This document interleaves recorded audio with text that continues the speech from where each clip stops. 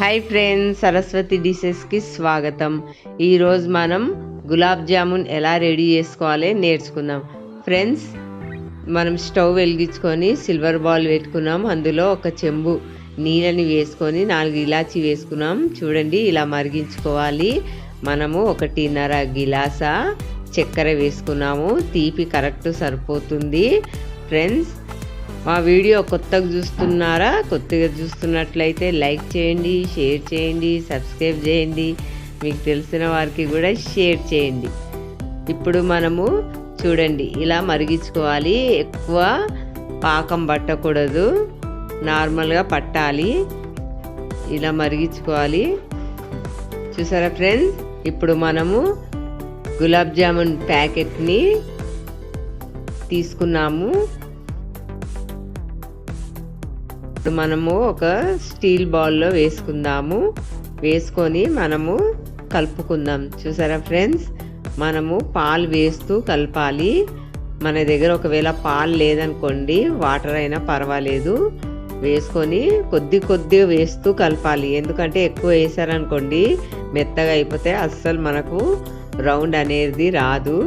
చూడండి, మనం ఇలా కలుపుకున్నాం కదా, కొద్దిసేపు మూత పెట్టుకొని పక్కన పెట్టుకుందాము. మళ్ళీ తీసేసి మూతని చూడండి, ఇలా రౌండ్గా చేసుకున్నాము. చూసారా ఎంత కలర్ఫుల్గా కనిపిస్తుంది మన గులాబ్ జామున్. ఇప్పుడు మనం కడాయి పెట్టుకొని ఆయిల్ వేసుకుందాము. నూనె వేసుకొని ఒక్కొక్కటిగా ఇలా డీప్ ఫ్రై చేసుకోవాలి. మనం సిమ్లో పెట్టుకొని డీప్ ఫ్రై చేయాలి. ఎక్కువ పెట్టామనుకోండి స్టవ్ పెద్దగా మాడిపోతుంది.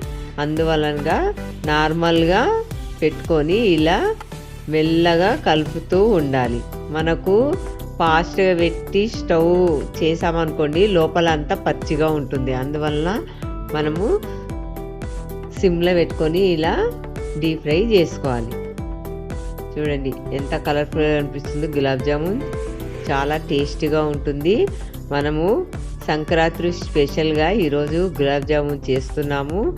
చూడండి ఫ్రెండ్స్, ఇలా అన్నీ మనం చేసుకొని ఇలా మనం పెట్టుకున్నాము. చూడండి ఎంత బాగా కనిపిస్తుంది కదా. ఇప్పుడు ఒక్కొక్కటిగా చేసేసుకొని మనము పాకంలోకి వేసేసుకోవాలి. చూసారా, ఇలా వేసుకున్నాక మూత పెట్టుకోవాలి. భలే టేస్టీగా ఉంటుంది గులాబ్ జామున్. మనం బయట కొంటే చాలా రేట్ ఉంటుంది కదా స్వీట్ హౌస్లో.